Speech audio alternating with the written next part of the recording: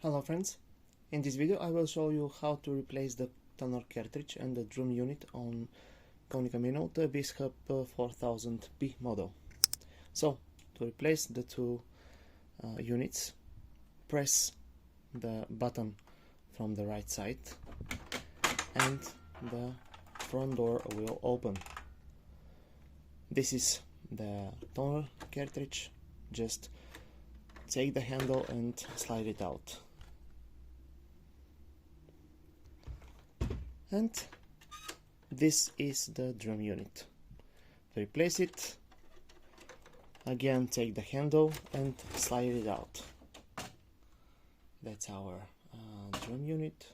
Then take the new one, place it back, slide it inside, and then slide back the toner cartridge in and close the door. And that's it.